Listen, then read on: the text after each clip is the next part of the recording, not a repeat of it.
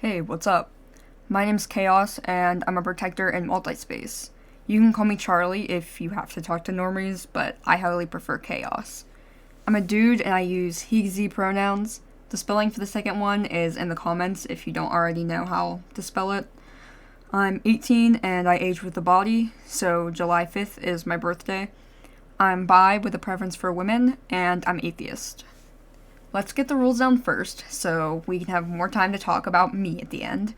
My add-ins are pretty simple. Don't try to troll me, because I have a hard time reading people's tones. Don't talk to me about my mortality, aka how I can or eventually will die, because it freaks me out. And don't even mention religion around me. You can be religious and watch me, but I also might make fun of religion sometimes, so you gotta have a tough skin if so. Also, a quick warning that I have a dirty and dark sense of humor.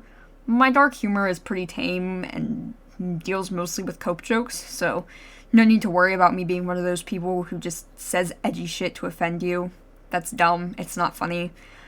But I wanted to give you a warning in case that's still not your style.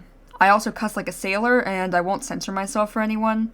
My content is best geared towards adults, but teenagers are welcome with a parent's permission to stick around. Now we can talk more about me. Like my name suggests, I'm a pretty chaotic person. I go from one thing to the next and don't hold back any part of myself. I joke, I flirt, I go for it, and most importantly, I defend myself and others. I consider myself pretty left-leaning and am super against discrimination and shit, and I'm passionate about keeping people safe from anyone else's harm. If someone has to catch hands to get that through their thick skull, I'm not afraid. I'll defend people's rights until the oppressors are buried 6 feet under. Don't test me. I love my dog and my friends, and I'll especially be protective over them. I also love my fellow headmates. I try not to overstep, of course, but I do feel like it's my job to be there to support people, and if that means pulling out a mean big brother moment to defend their honor, I will. I listen to a lot of alt music, especially when it has some rap shit thrown in there. Shout out to my man Corpse, he's got the best out in the game. I also like what I lovingly refer to as stripper music. You know the type. That shit is the only thing that can get me in the mood to sing. My favorite genre is horror, and I'll choose it over everything else any day. I watch a lot of movies and anime, but I can watch a show or two sometimes too. My favorite movie is the original Scream, because fuck if Ghostface isn't the hottest motherfucker to exist. I'm also a fan of Higurashi and Hell of a Boss. I don't really read a lot. I'm more of a listen to audios type of guy. I like hearing people read scary short stories or crazy Reddit threads. When I do read for myself, it's normally a webcomic or a short manga. My attention span just isn't here for the long run. Sorry, novelists. Like some of the others, I like shit that I can get really into and put myself in. I'm a huge gamer, though I mauled really easily. My favorites right now are Resident Evil 0, Dead by Daylight, and Outlast. I'll definitely be playing those on stream for you all. I'm also able to get really into escape rooms, haunted houses, amusement parks, anything like that, so you'll see me going to those places whenever I can. I also don't mind role-playing or playing tabletops. I'm kind of new to tabletops though, so go easy on me if we're ever gonna play. Sometimes I can get into writing or drawing, but because of my short attention span, I have a really hard time getting focused on any big projects. Instead, I like writing horror shorts and making quick sketches. I'd rather do something that I don't have to suffer through, like anything I listed before, or even just hanging out and chilling with friends. Outside of that, I've got some quirks that I'll let you know about. I have some major sensory issues that can get in the way of my ability to do things sometimes. I can get pretty agitated because of them, but I try to keep that to myself. If I ever seem like I'm in a bad mood for, no reason, that's probably why. I'll get over it. I love traumacore and bastardcore, and I'm learning more about grunge and alt clothes. That's just the kind of stuff that I wear normally. I consume some gore content, but I prefer watching medical shit than things I know have a really bad backstory on them. I mean, true crime is alright when I know the victims have gotten justice and the perpetrators are either dead or suffering. But other than that, nah. I want to make sure people are okay now if I'm gonna look at them getting, like, mangled, you know? Finally, I'll wrap this up with some edgy facts that I like to tell people to wean out the babies. I like being in the dark more than the light. I'm a night owl, and I rarely ever turn on a lamp unless I need to read a book or some shit. My favorite colors are red and black. I actually wanted to paint our room that color, but luckily someone vetoed that. I like the taste of blood and will absolutely lap at your wounds. Is that too much? Alright, bringing it back a little.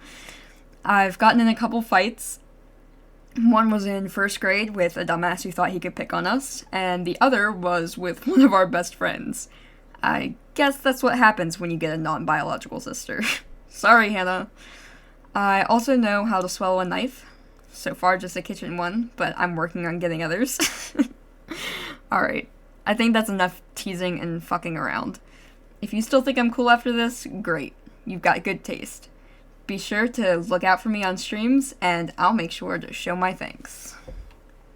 Since I didn't talk for that long about myself, I'm gonna go ahead and read one of those short stories that I was talking about earlier. Yes, this is one that we wrote.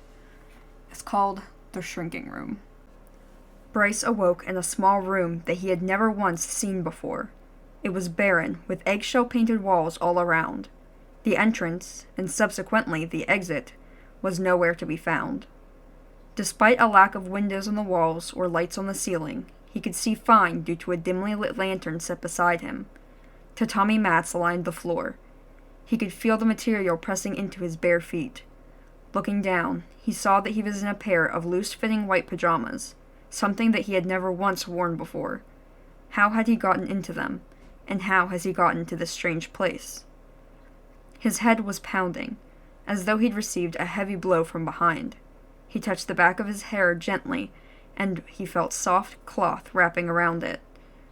Whoever had brought him here must have bandaged him up before he was able to wake. Grimacing, he stood up. Dizziness overtook him, and he nearly fell over. He tried once more. This time, he was much more careful to keep his balance. He stumbled his way to the center of the room and began to look around more. Despite the eerie and confusing situation he was in, something else was underlying Bryce's thoughts. There was a deep, primordial dread that he couldn't quite place.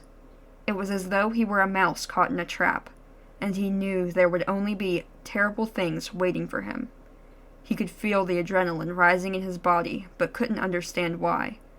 Yes, he was in a bad situation, and didn't know how he was going to end it, but there was no reason for him to be reacting with so much fear. Then, a realization came. An observation that Bryce hadn't previously recognized. The room felt smaller than it had before, as though it had shrunken. Confused, he approached one of the walls and put his hands softly against them. He could feel some sort of mechanism behind the wood, but couldn't tell what it was doing. He could just feel it vibrate against his fingers. Something very wrong was happening here. He stood back and tried to examine the walls. After a moment, they were once again pressing against his fingertips. Reality hit hard. Bryce was in a room where the walls were closing in on him. His eyes widened slightly as he stepped back from the wall again, hands shaking. Panic rose in the back of his throat. Fight or flight kicked in, but neither were viable. He glanced all around the room, desperate to find an escape route. There was none. No cracks to slip through, no door to push open, no windows to crawl out of. The walls were getting closer now. He knew that if he didn't think of something fast, he was going to die. The space was so tight now that the walls were merely a pace away from each other. The ceiling, too, had started to descend. Thinking fast, Bryce grabbed the lantern off the ground and laid it vertically against the floor, hoping it could force the walls to stay open. He made his body as small as possible and pressed his feet firmly against the surface in front of him, trying to work with the makeshift barricade to hold steady. The energy was wasted. The walls continued to push closer. Bryce tried pushing them back and making himself smaller, to no avail. There was barely any room to move now. The box was just big enough for him to fit in. His body was held firmly in place between the walls. He could feel his muscles screaming from being constricted. He began to pray to all the gods he knew of. He muttered his last goodbyes under his breath. The walls had slowed their speed, but they continued to press in on him. He let out a scream as the first bone broke. Bryce awoke in a small room that he had never once seen before. It was barren, with eggshell-painted walls all around. They were coated in a strange red substance that smelled of metal death. The entrance, and subsequently the exit, was nowhere to be found. Despite a lack of windows on the walls or lights on the ceiling, he could see fine due to a dim light sparking in the middle of the room. Upon closer look, Bryce realized that it was a broken lantern. Tatami mats lined the floor. They too had the strange substance coated on them. He could feel the wetness seeping against his bare feet. He cringed. Looking down, he saw that he was in a pair of loose-fitting white pajamas, something he had never once worn before. How had he gotten into them? And how had he gotten to this strange place? His head was pounding, as though he'd received a heavy blow from behind. He touched the back of his hair gingerly, and he felt soft cloth wrapping around it. Whoever had brought him here must have bandaged him up before he was able to wake. His body, too, was aching, though he couldn't tell what was wrong with it. It was as though phantom pains had invaded him to make him hurt all over. Grimacing, he stood up. Dizziness overtook him, and he nearly fell over. He tried once more. This time, he was much more careful to keep his balance. He stumbled his way to the center of the room and began to look around more. Despite the eerie and confusing situation he was in, something else was underlying Bryce's thoughts. There was a deep, primordial dread that he couldn't quite place. It was as though he were a mouse caught in a trap, and he knew there would only be terrible things waiting for him. Not only that, but it felt so familiar, as though he had been caught here before. But he had no memory of it. Was this déjà vu? He could feel the adrenaline rising through his body, but couldn't understand why. Yes, he was in a bad situation and didn't know how he was going to end it, but there was no reason for him to be reacting with so much fear. Then, a realization came, an observation that Bryce hadn't previously recognized. The room felt smaller than it had before, as though it had shrunken. Confused, he approached one of the walls and put his hands softly against them. He could feel some sort of mechanism behind the wood, but couldn't tell what it was doing. He could just feel it vibrate against his fingers.